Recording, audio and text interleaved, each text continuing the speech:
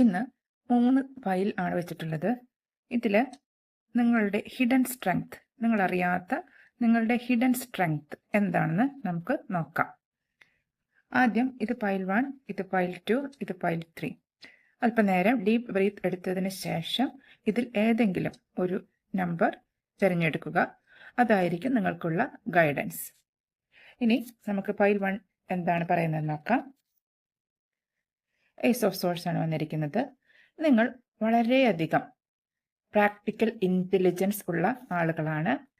നിങ്ങൾക്ക് പ്രായോഗിക ബുദ്ധി വളരെയധികം ഉണ്ട്. കാര്യങ്ങൾ വളരെ കമ്മ്യൂണിക്കേഷൻ പവറും നിങ്ങൾക്കുണ്ട്.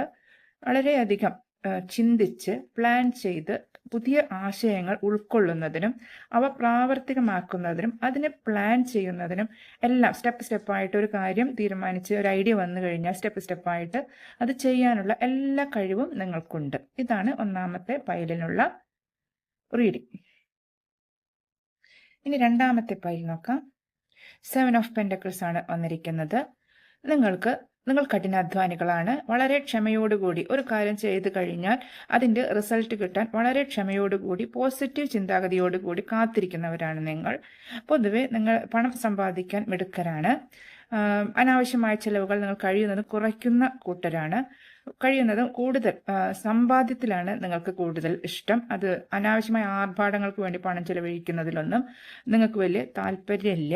അതുകൊണ്ട് തന്നെ പൊതുവെ നിങ്ങൾക്ക് ഇൻവെസ്റ്റ്മെൻറ്റുകളും അതിലുള്ള സാമ്പത്തിക അഭിവൃദ്ധിയും എല്ലാം നിങ്ങൾക്കുണ്ടായിരിക്കും. പിന്നെ പൊതുവെ വളരെ ഗ്രൗണ്ടഡ് ആയ ആൾക്കാരാണ്. വളരെ ക്ഷമയും പ്രാക്ടിക്കലായിട്ടുള്ള ബുദ്ധിയും എല്ലാം ഉള്ളവരാണ്. നല്ല എടുത്തുചാടി ഒന്നും ചെയ്യില്ല. വളരെയധികം എല്ലാ വശങ്ങളും ചിന്തിച്ചതിന് ശേഷം മാത്രമാണ് നിങ്ങളൊരു കാര്യം ചെയ്യുന്നതിന് പുറപ്പെടുന്നത്. മൂന്നാമത്തെ ഫയൽ തിരഞ്ഞെടുത്തവർക്ക് വന്നിരിക്കുന്നത് 9 ഓഫ് കപ്സ് ആണ്. നിങ്ങൾ വളരെയധികം എന്ത് കാര്യം ചെയ്യുമ്പോഴും നമ്മൾ ഒരു ആത്മസംതൃപ്തിക്ക് വേണ്ടിയിട്ടാണ് നിങ്ങൾ കൂടുതൽ ചെയ്യുന്നത്. എന്താ പറയുക, ഒരു പടം വരയ്ക്കണമെങ്കിൽ പോലും നിങ്ങളത് നിങ്ങളുടെ സന്തോഷത്തിന് ആത്മസംതൃപ്തിക്ക് വേണ്ടിയിട്ടാണ് അത് ചെയ്യുന്നത്. സ്വന്തമായി സന്തോഷം സ്വന്തമായി കണ്ടെത്തുന്നതിലാണ് നിങ്ങളുടെ ഒരു വിജയം ഇരിക്കുന്നത്. മറ്റുള്ളവരാരും നിങ്ങൾക്ക് സന്തോഷം കൊണ്ട് തരില്ല.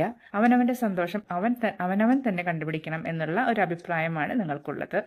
നിങ്ങൾക്ക് ജീവിതത്തിൽ വളരെയധികം അഭിവൃദ്ധിയും അതുപോലെ സാമ്പത്തിക അഭിവൃദ്ധിയും എല്ലാം, സാമ്പത്തിക അഭിവൃദ്ധി മാത്രമല്ല ഇമോഷണൽ സാറ്റിസ്ഫാക്ഷനും കൂടി നേടാൻ കഴിവുള്ള വ്യക്തികളാണ് നിങ്ങൾ.